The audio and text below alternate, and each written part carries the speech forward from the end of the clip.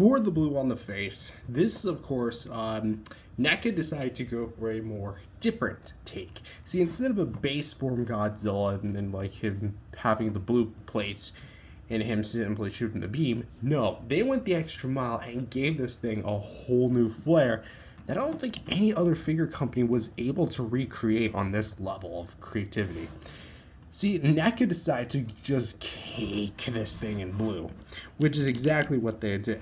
All of the face, well, most of the face at least, has blue paint more towards like the bottom half, not towards the top, but basically where the atomic breath would be shining as far as like the light reflecting off the actual body is where there is blue paint. Blue paint, sorry. For the inner mouth, there you go. We have a bunch of blue and dark blues and light blues. Sorry, I have cats. That are just absolutely phenomenal. The top, we have a bunch of light blues mixed in with a bit of darker ones, signify the gums. The teeth are individually sculpted and all painted. And of course, for the bottom jaw, I don't know why I closed it. We have the little tongue, which is cut off by the hinge, makes sense. And of course, the rows of teeth in there as well that are more of a brighter blue. And I guess that's part of the reason why I love this thing so much, because I love Godzilla and I love blue. So a blue Godzilla, mwah, perfect combination for me. That said, the face is pretty damn sweet. The neck, however, definitely kind of carries a lot of the blue over. There's a bit of a gap where you don't get the blue, like here and there for the jaw. And it definitely looks a little incomplete, I'll say. So there is going to be that unfortunate part of it. But that said, the neck segments look absolutely beautiful and are just done very well. Especially like the side details where you have more like the base detail than up here where you get the more bigger rows of plates actually colored, and it looks very nice. That actually like lead into the main row of fins. For the waist, which we'll actually take a bit of a look at here, lowering the figure down like that. For the waist, here we have, or the stomach, sorry, we have a bit more of that caked on blue, and it looks very good. We have the more indigo, dark blue, not really purple, it looks purple, but it's not purple. Hues at the shoulders with more of them towards the, kind of like a strip of it going down towards the arms here, as well as the claws, which are actually really well sculpted and shaded, which actually have some pretty good detail on them, which I'm pleasantly surprised about. Look at those razor sharp claws. Anyway, going back, here we have a bit more of like the paint at the midsection, which as you can see for the detailed stuff, it's a bit more squared off this time. Going to the arms themselves, just to give you guys a better look at those. Lots of nice, beautiful detail. I like how it's all like, the paint is obviously meant to go as like a design, so it's meant to kind of go like moving the arm a little bit like this. And it looks almost not seamless, but really great together, all things considered. We have, of course, the abdomen here, which is a bit scuffed on mine, but that's only because of years of wear and tear. For the dorsal plates, which you might as well just get these things out of the way. They are translucent, and they are beautiful. I honestly, genuinely thought at one point that they were made of gummy. Like, look at that. Doesn't that not look like the stuff that a whale shark is made of? Like one of those gummy sharks, the whales or sharks, whatever.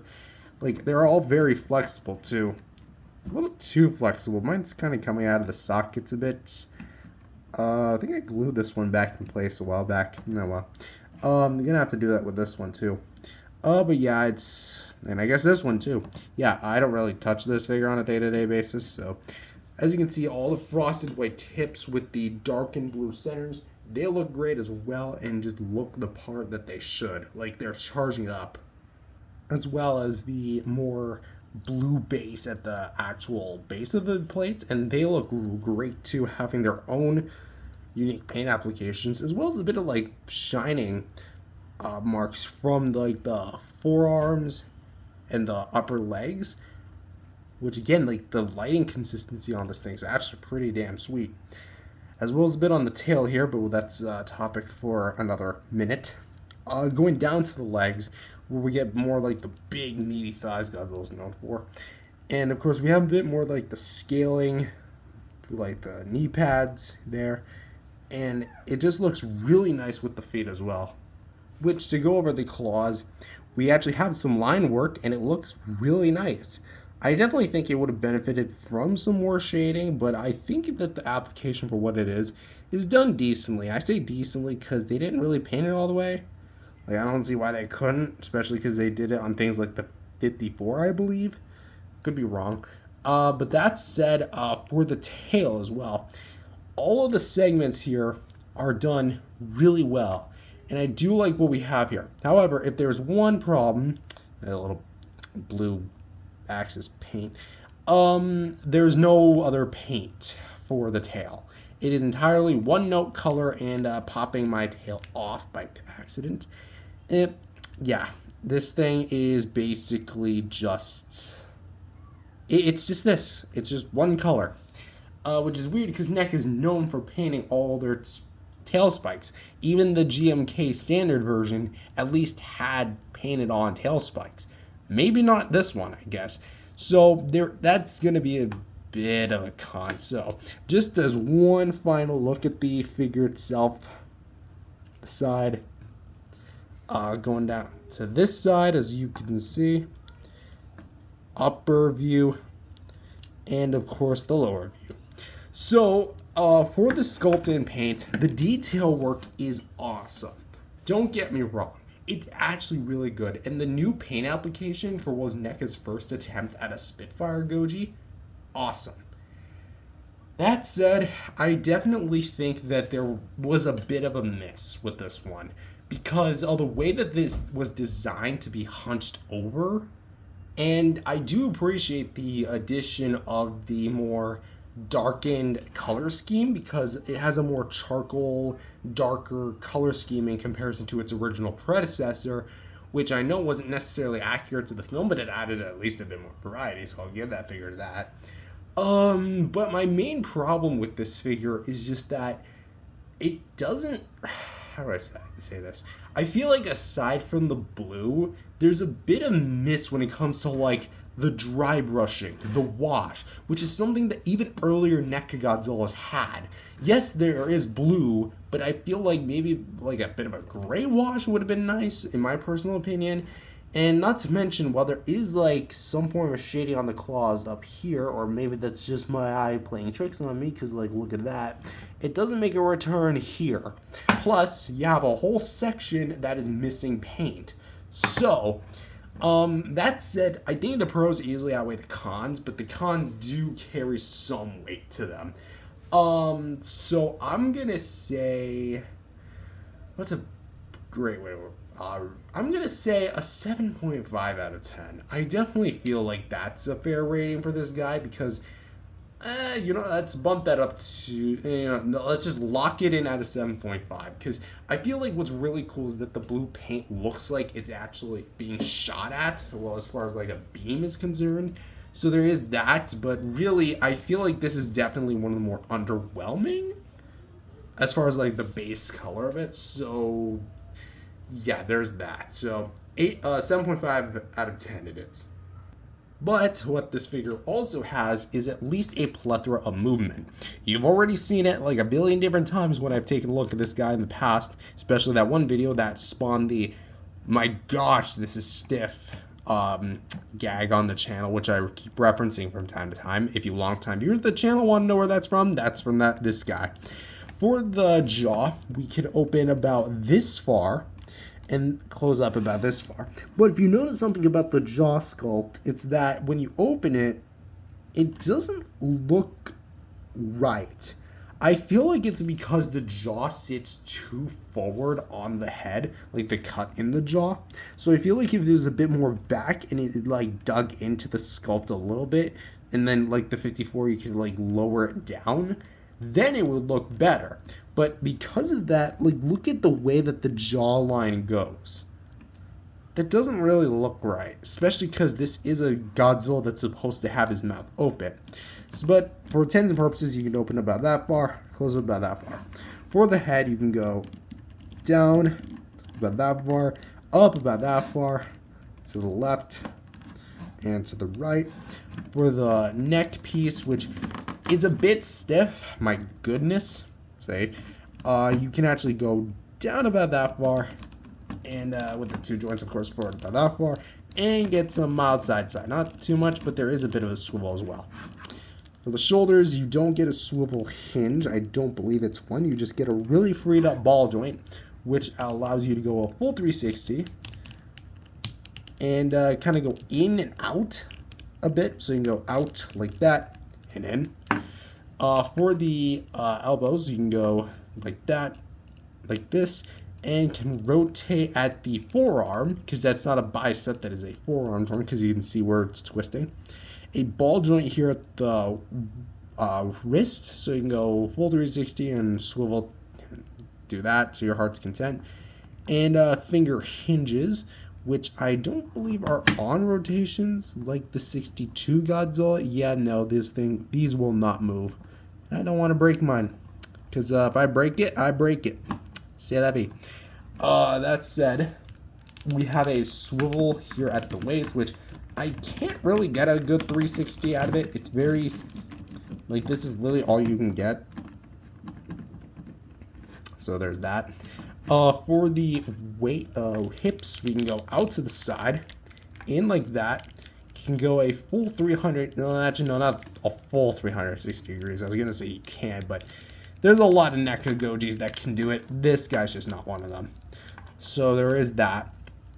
Hinges for the knees, so you can go in about that far, out about that far, and can rotate a full 360 ball joint swivel, of course, with the feet, the big meaty feet, and go forward and back like that. And 1, 2, 3, 4 ball joints here for the tail. And if you're wondering what I meant by it was retooled for its reissue, I think what they did was they got this joint, they got rid of this joint and fused it at this piece, so all of this could be a bendy wire. I could be wrong about that, but that is what I saw on listings. So for the actual so like right here, you can get a bit of a rotation, but it's not too much. All the range is mainly going to come from here. The last three pieces, sorry. And this bendable wire, I haven't done it in a while, so we'll do it for the video. There you go. It definitely feels like there's a bit of a resistance, and also mine came busted up, and clearly it's been actually, I don't want to touch that. Look at how far it's shed. My god, I didn't even realize this. Yeah, I don't touch these figures on a day-to-day basis. It came like that out of the box, by the way.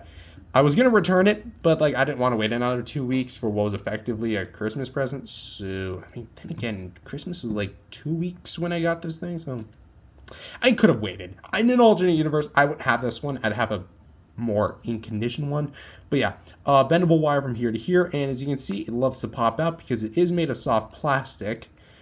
And of course, it's not a particularly long tail, but it does its job. So for the articulation, it's the same old, same old. However, again, what makes this guy's articulation a problem is going to be the hunched stance. I have tried, trust me, over the years, I have tried rearing up the back, heating this guy up to the point where it literally darkens the plastic. I have reared this guy's hips up.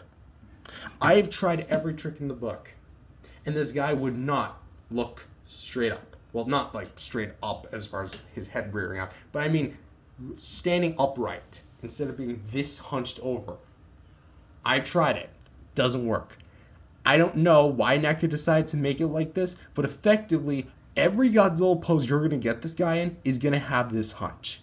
And to me, that's kind of a problem, because again, G.M.K. did hunch a bit, but it wasn't this much of a hunch. And effectively, because this is the Spitfire variant, the articulation really isn't needed, especially because like when you have paint that is supposed to line up on all these surfaces, you rotate one piece and it's gonna break the sculpt. Essentially, it's gonna break the paintwork. And there are some parts of the figure where it's not even painted. So, I mean, is the articulation even worth it at that point?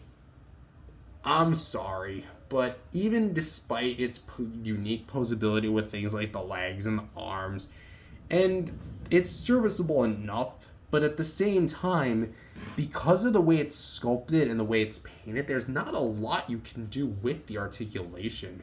So I'm sorry, but I'm gonna have to give a 6.5. Yeah, I think that's the lowest I've ranked a NECA Godzilla when it comes to articulation. Good amount of articulation, but you just can't use much without sacrificing other elements to the figure. So, yeah, 6.5 out of 10 it is. What's a bit of Godzilla without some firepower? Nearly every Godzilla that released in the lineup until this point, anyway. For the accessories, unlike Tamashi, who can charge almost $100 for a Spitfire Godzilla and not include a beam effect, I'm looking at you, 2021 Godzilla, 2001 Spitfire Godzilla, and the 1989 Spitfire Godzilla, looking at all three of you, this guy, for $25 during his release, actually came with a breath effect. And I'm actually pleased to say, for what was NECA's first take, yeah, this is very dusty as hell, this actually turned out to be an okay beam effect. But that said, it definitely pales in comparison to its successors, I guess. But let's take a look at it. So this is going to be the same mold that you saw from the 64 video, even though this is literally the 64 beam, even though it's the 2001 beam. This guy came first. Anyway, for the actual beam effect, it is going to be a more plasma-like beam instead of like a more straightened out beam. So in some kind of ways, it almost looks like a fireball pending, and then this is like the smoke treading behind. For the actual like insert part, we have this little nub and of course the teeth mold, as we'll talk about. And it's going to be made of a translucent thick blue plastic with some white sprays on the sides. For that, we actually have a bit of like wavy pattern here, then it kind of goes a little more bumpy, a lot more bumpy, and then a little bit more flare. And then of course we get to the tip, which is going to be, again, where it's shooting out. I will admit personally that this does, again, kind of look more like a fireball or anything, because like this, just look at this and tell me this doesn't look like some sort of like asteroid about to hit Earth or something, and then this is just the smoke treading behind it. But that said, the reason why I'd say it's okay is because I feel like the spray is just that. It's just a spray. I feel like it could have used a little bit more highlights. And the detail work is actually still pretty good. And it is made from a mildly flexible plastic. It's more like the 62 material, except the 62 was a bit more flexible.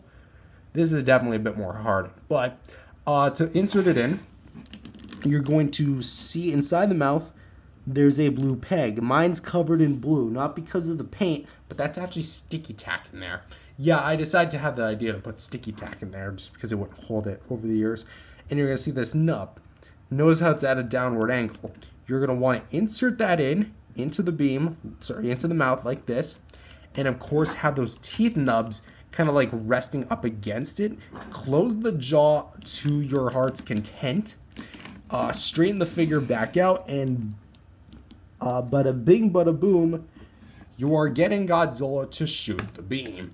That said, this is actually an impressive display, and this is kind of what I meant with the beam shining like from the figure. So you can actually kind of lower it, and so it looks a little bit more, I guess, natural, for lack of a better term. What I do appreciate is, I guess this might either be the sticky tack involved or not, that the figure can hold it on its own. It won't droop or sag over time, at least not drastically. It'll sag a bit in the peg, which is why there's a bit of a curve. But as a whole, this beam is actually pretty sturdy, and after all these years, it's actually done very well. So the beam itself may not be the best, but the actual presentation of the beam is really good. So for that, I have to give this thing a 7.5. Yeah, 7.5 I feel like is fair enough for this beam. And for some size comparisons quickly, here he is with some other blue NECA Godzillas. with the 2019 V2 from King of the Monsters, and the NES video game appearance Godzilla from Godzilla Monsters. And so overall, for sculpt and paint, we already covered that. Overall, for my final thoughts on the figure, I think that, admittedly, I think that this was a pretty cool first attempt at an atomic breath Godzilla from NECA. It took a figure I didn't already have, and it actually gave me it in a new way. That said, I definitely think that of the NECA Godzillas that I currently have, which is almost all of them, the only ones I'm really missing are the 1984, 2003 Hyper Maser Blast, and the 2001 original variant. This is going to be, in my personal opinion, the weakest of the actual Godzillas. We're talking like strictly NECA Godzilla himself. Of the NECA Godzillas themselves, this is going to be, in my personal opinion, the weakest one. Its sculpt is great and has some amazing details, but it's just, you can't really, the design of the figure is faulted because it's hunched. The paint is incredible, where there's great paint, but there's other parts where there's just not really that much paint. It would have benefited from some dry brush and wash. The articulation, while it has a good amount of it, it's the range and the sculpt that comes down to it because it's hunched and in a pre-post position. And a lot of the paint will get cut off. And the beam effect is great, just not the best beam effect. So as a whole, I think the NECA Godzilla 2001, I can't believe I'm saying this about a NECA Goji, is in some ways a mixed bag in comparison to the others. On his own, he's good, but that's really it. He's good. He's not great. He's not mind-blowing. He's good. That said, do I recommend him? I would say, if you want to complete a NECA Godzilla collection as far as official, legit ones, sure. I would pay no more than $50 to $60 in this guy for mint packaging, whether it be the original or reissue in the poster box. That said, if it's damaged or missing parts or anything and it's still above $60, don't even look at it. Just wait on the highest version, because I know that they did make a 2001 Godzilla, or May King one. I don't know anything about that figure. I just saw it on BBTS and was like, oh, cool. Anyway, that's about it as far as like my personal recommendations go. But as for my final rating, I'm gonna say a 7 out of 10. It's definitely, again, the weaker ones of the figure line, but overall, it's good. It's pretty good. Pretty good's a bit of a stretch, but it's somewhere between good and pretty good. So, with that said, thank you guys for watching. If you enjoyed this video, remember to leave a like and subscribe to the channel, and I will see you guys in the next video. Peace out, everyone.